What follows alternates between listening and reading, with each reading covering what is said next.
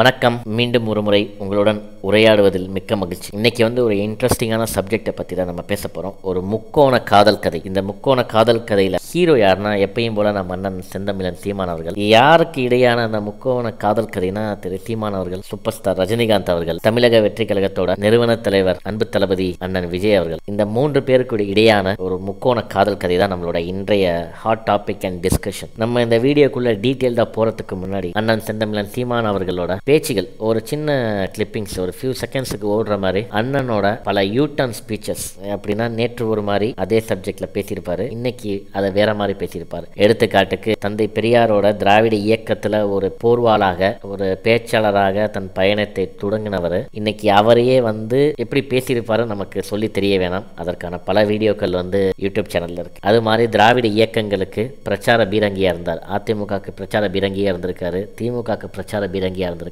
ஆனா இன்னைக்கு அதே திராவிடத்தையும் மற்ற திராவிட கட்சிகளையும் அவர் என்னவா வசைப்பாடுறாரு, என்ன சொல்றாரு, எந்த நிலைமையில அவங்களை ட்ரீட் பண்றாருங்கிறது அதற்கும் பல சாட்சிகள் நம்மள்ட்ட இருக்கு, காணொலிகளாக இருக்கு. அது மாதிரியான ஒரு சில காணொலிகளை இங்க உங்களுக்கு சப்மிட் பண்ணிட்டு அதுக்கு ரெலவெண்டா கடந்த ஒரு வாரத்துக்கு மேலாக நடந்துட்டு இருக்க ஒரு டெவலப்மெண்ட். அண்ணன் அந்த முக்கோண காதல் கதையில வரக்கூடிய கதாநாயகர்கள் 3 பேரும் சந்திச்சுக்கிறாங்க. அவங்களுக்கு இடையான அந்த ஒரு சுவாரஸ்யமான நிகழ்வுகளை டீட்டெயில்டா பேசணுங்கனாலதான் நம்ம வெயிட் பண்ணோம். உடனே திரு ரஜினி அவர்களை சந்திச்ச உடனே நம்ம வீடியோ போடணும்னு அவசரப்படல. அதற்குள்ள இருக்க உட்கருத்து என்ன அதை தெரிஞ்சுக்கணும்னு ஆசைப்பட்டோம். அண்ணன் எடிட்டர் அவர்களை ஆல்ரெடி ப்ரிப்பேர் பண்ணி வச்சிருக்க அந்த ஷார்ட் கிளிப்பிங்ஸ் இது உங்களுக்காக. காங்கிரஸ் கடுமையாக விமர்சிக்கிறா, எல்லாரையும் விமர்சிச்சு பேசுறா.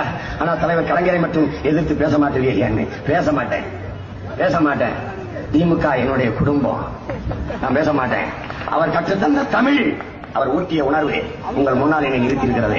ஒருபோதும் அவருக்கு எதிராக நான் பேச மாட்டேன். கேட்கிறேன், திராவிடம்ங்கிற சொல் ஒரே வார்த்தையில் பதில் சொல்லணும். தமிழா சமஸ்கிருதம்?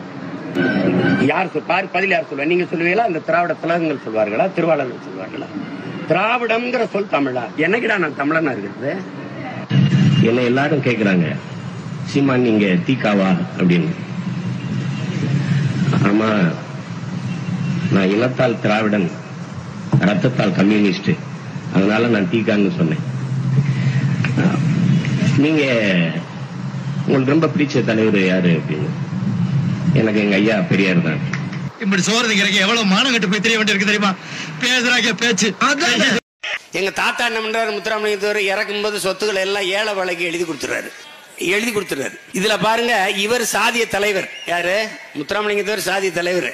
ஏழைகளுக்கு தன் சொத்தை எல்லாம் எழுதி கொடுத்தவர் சாதி தலைவர் ஆயிடுறாரு. தன் சொத்துக்கு தனக்கு பிறகு ஒரு வாரிசு வேணும்னு 70 வயசுல திருமணம் பண்ண பெரியார் புரட்சியாளர் ஆயிடுறாரு.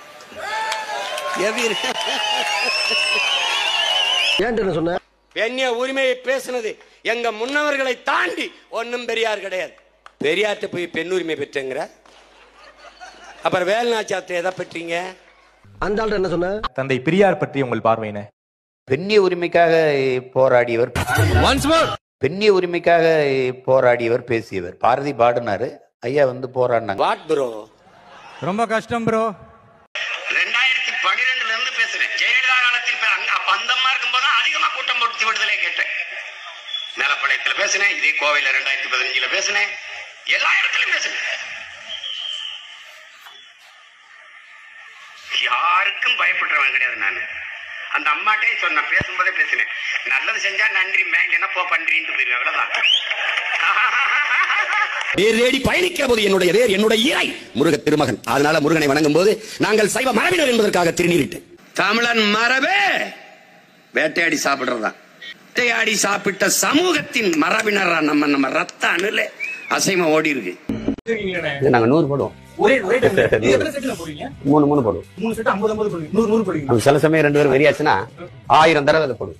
அந்த ஆள் என்ன சொன்ன? நீங்க நினைக்கிற விஜய் எல்லாம் கிடையாது. சினிமால வசனம் பேசுற நடிக்கிற விஜய் இல்ல. வரும்போது பாருங்க, அதெல்லாம் சரியா செய்வார்.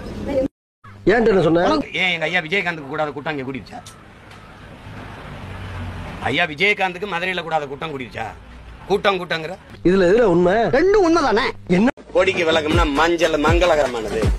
என்ன தினம் கோயிலுக்கு கும்பிட முடியல? சிவப்பு மஞ்சள் ஏன்னு உங்களுக்கு தெரியும். நாங்க போர் மரபினர், எங்களுக்கு ஏறும் போரும் எங்களுக்கு தொழில். அதனால போருக்கு போகும்போது மஞ்சள் ஆடை உடுத்தி தான் போவோம். போகும்போது மஞ்சள் ஆடை உடுத்தி தான் போவோம்.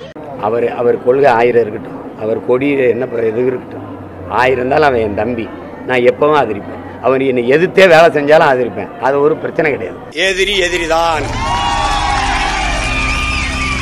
அதில் அண்ணனும் கிடையாது தம்பியும் கிடையாது.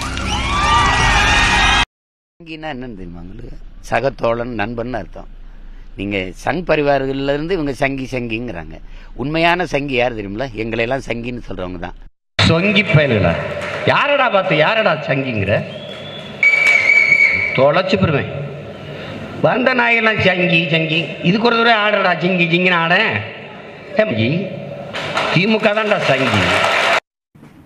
இந்த ரஜினிகாந்தையும் கமலஹாசனையும் அடிக்கிற அடியில் இனி எந்த நடிகனுக்கும் கட்சி ஆரம்பிக்கணுங்கிற எண்ணம் வராது. எல்லாருக்கும் சேர்த்து அவங்க எவ்வளவு நிம்மதியாக தொடர்ந்து நல்ல நல்ல படங்கள் நடிச்சுட்டு போயிட்டுருக்காங்க.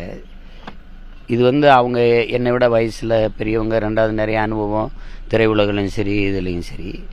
என்னிலையும் விட நிறைய தலைவர்களை இவங்க நெருக்கமாக பழகினவங்க. இது எவ்வளவு ஆபத்தான விளையாட்டுங்கிறத நான் காலம் எனக்கு தள்ளி விட்டுட்டு நான் அதை பார்க்கும்போது இது எங்கள் அண்ணன்ட்டையும் சொன்னேன், கமல் அண்ணன்ட்டையும் சொன்னேன், எல்லாருக்கிட்டையும் சொல்கிறது. இது ரொம்ப கொடூரமான ஒரு ஆட்டம். இது அவர் மனநிலைக்கு இது சரியாக வராது. ஏன்னா இங்கே நிறைய ஏச்சு பேச்சுகள், அவதூறுகள் இதெல்லாம் தாங்கணும். சொற்றை போட்டு இமயமலைக்கு போகிறத விட்டுவிட்டு இந்த வேலை உங்களுக்கு வேண்டாம்னு நம்ம சொன்னால் கேட்கறது இல்லை. நான் வருவேன். ஒரு வெற்றிடம் இருக்கிறது, சுடுகாட்டில் கூட நிறைய வெற்றிடம் இருக்குது. அது பெருந்தலைவர் வந்தார், பேரறிஞர் அண்ணா போன்ற பெருமக்கள் வந்தாங்க. அப்படியான தலைவர்கள் இப்போ நமக்கு வாய்க்கப்பெறலை. அந்த வெற்றிடம் இருக்குது. மொத்தமாக வரப்பெல்லாம் சிஸ்டம் சரியில்லைன்னா இப்போ இதுலேருந்து என்ன இவ்வளோ நாள் என்ன பண்ணிட்டு இருக்கீங்க? இப்போ உங்கள் சிஸ்டம் சரியில்லாமல் இருந்துச்சா? அப்போ இவ்வளோ நாள் என்ன பண்ணிட்டு இருக்கீங்க? உங்களை மாதிரி ஆளுங்க இப்படி பேசிட்டு அலைகிறனால தான் தமிழ்நாட்டின் சிஸ்டம் இப்படி கேள்வி எடுத்து போயிருக்கு. இது என்ன சிஸ்டம் சரியில்லை? ஒரு வார்த்தையில் சிஸ்டம் சரியில்லை போயிட்டு இருக்கிறதே அரசியலா? கட்சி அரசியல், தேர்தல் அரசியல் தான் செய்யப்படுது, மக்கள் அரசியல் செய்யப்படலை. இந்த மாறுதலை கொண்டு வர்றது தான். அதை தான் ஐயா ரஜினிகாந்த் அவர்கள் உங்களுக்கு தெரியும் சிஸ்டம் ராங்னு ஆங்கிலத்தில் சொன்னாங்க. நான் அதை தமிழில் அமைப்பு தப்பாக இருக்குது மாற்றணும்னு சொன்னேன். அது குறித்து தான் பேசணும்.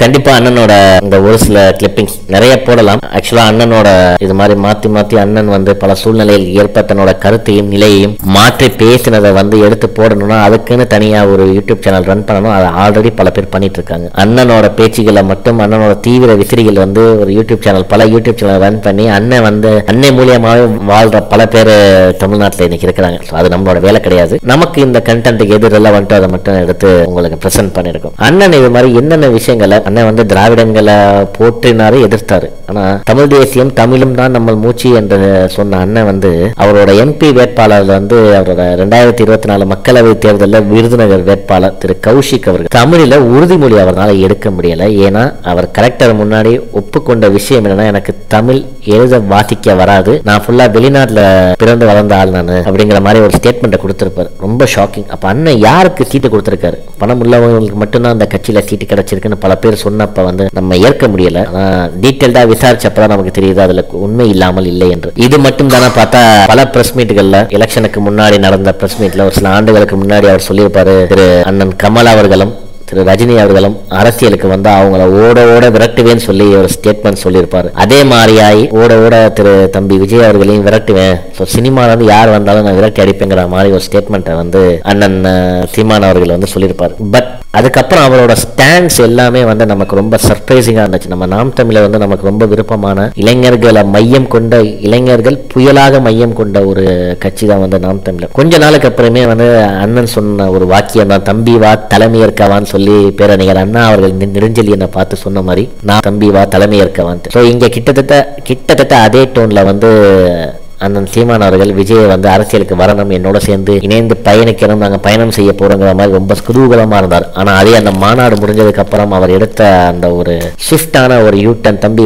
ஒன்னு அங்கிட்டு நில்லு இல்ல இங்கிட்டு நில்லு, நடுவில் நின்றா அடிப்பட்டு செத்து போயிருவா அப்படிங்கிற மாதிரி சொன்னதோ, ஒரு நீங்களாம் ஒரு மனநோயாளிங்கிற ஒரு அர்த்தத்துல அவர் சொன்ன விஷயங்களோ கண்டிப்பா நமக்கு ரொம்ப சர்ப்ரைசிங்காகவும் ரொம்ப ஷாக்கிங்காகவும் இருந்துச்சு சொல்லலாம். பட் ஆனால் அண்ணன் இது மாதிரி பேசக்கூடியவர் தான், சூழ்நிலைக்கு ஏற்ப மாற்றி பேசக்கூடிய தலைவர் தான் அண்ணன் சீமான் அவர்கள். ஸோ சமீபத்தில் அவர் திரு சூப்பர் ஸ்டார் ரஜினிகாந்த் அவர்களை போய் சந்திச்சது நமக்கு ஒரு பெரிய சர்ப்ரைசிங்காகவே இல்லை கண்டிப்பாக. ஏன்னா திரு தமிழக வெற்றி கழகத்தோட நிறுவன தலைவர் விஜய் அவர்கள் தமிழக வெற்றி கழகத்தை தொடங்கி அவரோட மாநாடு ரொம்ப சக்சஸ்ஃபுல்லா முடிஞ்சதுக்கு அப்புறம் தூக்கம் இழந்த பல பேர்கள்ல அண்ணன் சீமானம் ஒருவர். திருமாவளவன் அவர்களுக்கு உள்ளுக்குள்ள பயம் இருக்கு. விசிகாவை சேர்ந்த நன்கு அரசியல் பயிற்சி பெற்ற அரசியல் ஞானம் கொண்ட விசிகா தொண்டர்கள் வந்து இந்த பக்கம் ஷிஃப்ட் ஆயிடுவாங்க, இளைஞர்கள் வந்து இங்க ஷிஃப்ட் ஆயிடுவாங்கிற பயம் அவருக்கு இருக்கு. பாமக நிறுவன தலைவருக்கு இருக்கு அந்த பயம். அதற்கு அப்புறம் மிக மிக அதிகமாக சற்றேறக்குறைய இருக்கக்கூடிய ஒரு கட்சி தான் வந்து நாம் தமிழர் கட்சி. நம்ம ஆல்ரெடி எக்ஸ்பிளைன் பண்ணியிருப்போம். அங்க இருந்து கேடர் ஷிஃப்ட் வந்து தமிழக வெற்றி கழகத்துக்கு இருக்குதுன்னு நம்ம சொல்லியிருக்கோம். அதுதான் நடந்துகிட்டு இருக்கு. இந்த ஒரு சூழ்நிலையில தான் திரு சீமான் அவர்கள் ரஜினி அவர்களோட ஆதரவை தேடி போய் அவரோட இல்லத்திலே சந்திச்சிருக்காரு. அரசியல் பேசலன்னு அவர் எந்த இடத்தையும் சொல்லல. கிட்டத்தட்ட ரஜினிகாந்த் அவர்கள் நடிகராக இருந்தாலும் பல அரசியல் கட்சிகளோட சரி அரசியல்வாதிகளோட அன்றாட தொடர்புலையும் பல நிகழ்வுகள்ல சைலண்டான சில பேக் அண்ட் ஒர்க்ஸையும் பண்ணக்கூடியவர் திரு ரஜினிகாந்த் அவர்கள். அவரை வந்து மரியாதை நிமித்தம் சொல்லி வெளிப்படையா பிரஸ் மீட்ல சொன்னாலும் கூட பட் உண்மை அதுக்கு பின்னாடி இருக்கக்கூடிய அரசியல் திரு விஜய் அவர்களை சமாளிக்கிறதுக்கு திரு ரஜினி அவர்களோட தொண்டர்களோட ஆதரவு பெருமளவு வந்து இவருக்கு தேவைப்படுது. இவர் ஆதரவு கேட்டவங்க மற்றும் இன்னும் பல பேர் ஆதரவை கேட்காத ஆளுங்களே இல்லைன்னு கூட நம்ம சொல்லலாம். பல எலெக்ஷன்ல பல கட்சிகளிடமே இவர் ஆதரவை கேட்டிருக்காரு. அதைதான் தொடர்ந்து நம்ம நெக்ஸ்ட் வீடியோல வந்து பார்க்க போறோம். திரு விஜய் அவர்களை எவ்வளவு பேர் தமிழக வெற்றி கழகத்தினால எவ்வளவு பேர் வந்து தூக்கமின்றி இருக்கிறாங்கிறதுக்கான ஒரு முக்கியமான ஒரு இது. அண்ணன் அவர்கள் எப்படி ரியாக்ட் பண்றாரு சொல்ல போனா இவர் அண்ணன் சீமான் அவர்களோட எந்த ஒரு எதிர்வினைக்கும் தமிழக வெற்றி கழகத்திலிருந்து எதிர்வினை ஆற்றவே கிடையாது. No action for Seeman's reactions.